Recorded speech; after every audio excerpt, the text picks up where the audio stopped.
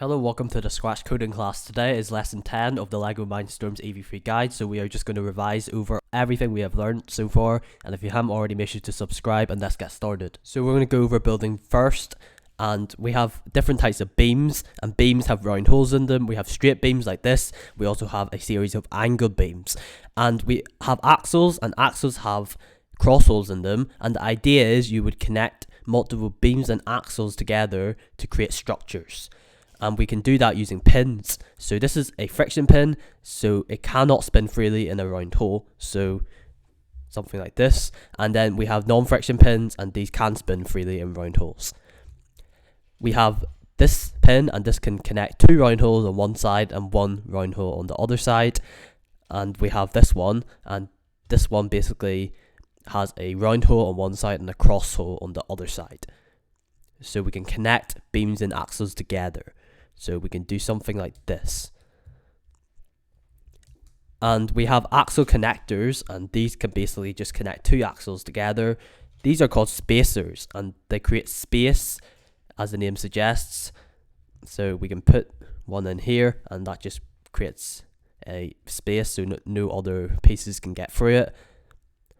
And then we have frames, and frames are used to create structures. They have lots of attachment points for pins on them, so they're very, very useful.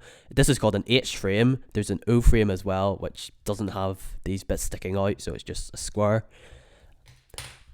These are called motors, and they are used for movement, so they rotate in a clockwise or anti-clockwise fashion in a circular motion like this. This is a large motor. There is a medium motor over here. And then these are called sensors, and sensors are input devices that connect information from the environment. So this is a touch sensor, so it just detects touch. This is the light sensor, so it can detect light intensity. And finally, we're missing the most important part, which is this. This is the LEGO Mindstorms Ev3 brick, and it's responsible for controlling all the programs. And we can use wires to connect. And remember, the number ports are for sensors, and the letters are for motors.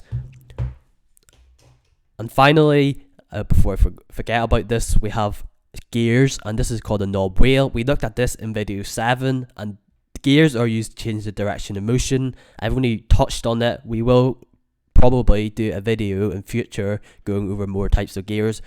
For now, these are just knob wheels, and we use them to create a lifting mechanism. And that's all the pieces I want to cover. Now let's do some programming. We're going to do a quick recap of motors first. So we have this block. This moves a motor clockwise for a certain period of time. This block makes the motor move anti-clockwise for a certain period of time. So watch what happens to this motor. At the minute, it's a wee bit slow, so we can set the power, and the power is basically how fast it moves. So currently it's 100% now.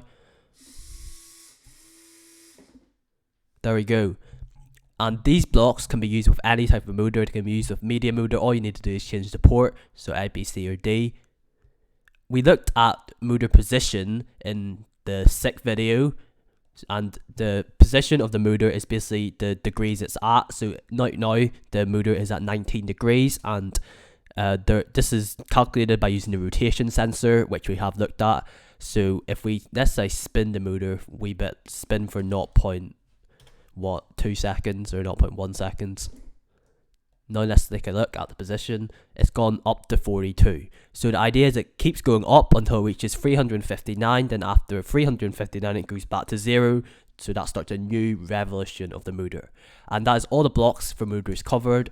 We're going to look at sensors. We have the touch sensor, which detects when it is pressed. So we can use this block. This is an events block. When the button, whatever your port is pressed. Let's get the sprite to say hello for 2 seconds. We'll give it a test. There we go. It worked perfectly.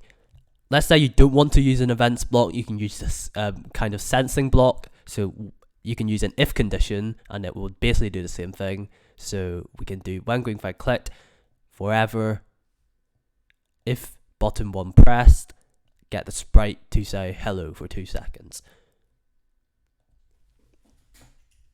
There we go. So that's in a forever loop, and that is working exactly the same way as the previous script did. That is all the blocks with the touch sensor. This is the light sensor, and it's used to detect how bright the environment is. measures light intensity. So we use this block, and this is the brightness, and brightness ranges from 0 to 100, 0 being the darkest, 100 being the brightest. Currently it's sitting at 11. I'm going to add a few more lights, so there's a wee bit brighter. Brightness has gone up to 16. That's just a quick demonstration of how it works. We can use this block as a value. You can maybe store it in a variable. I think we added brightness values to a list in video 5. And we can also use this condition. So this is when the brightness is less than a certain value, the code underneath it will execute.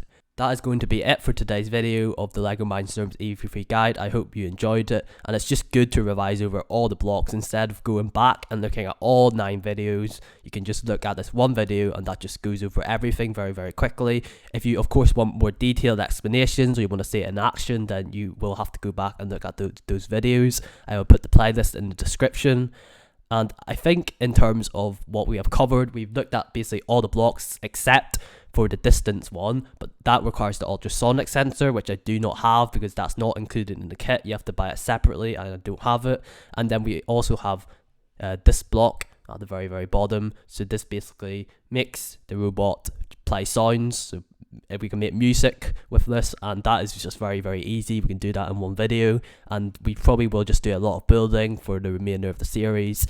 And yeah, that's just the plan going forward. So make sure to leave a like if you enjoyed, and subscribe if you want to see more, and I'll see you in the next video. Bye for now.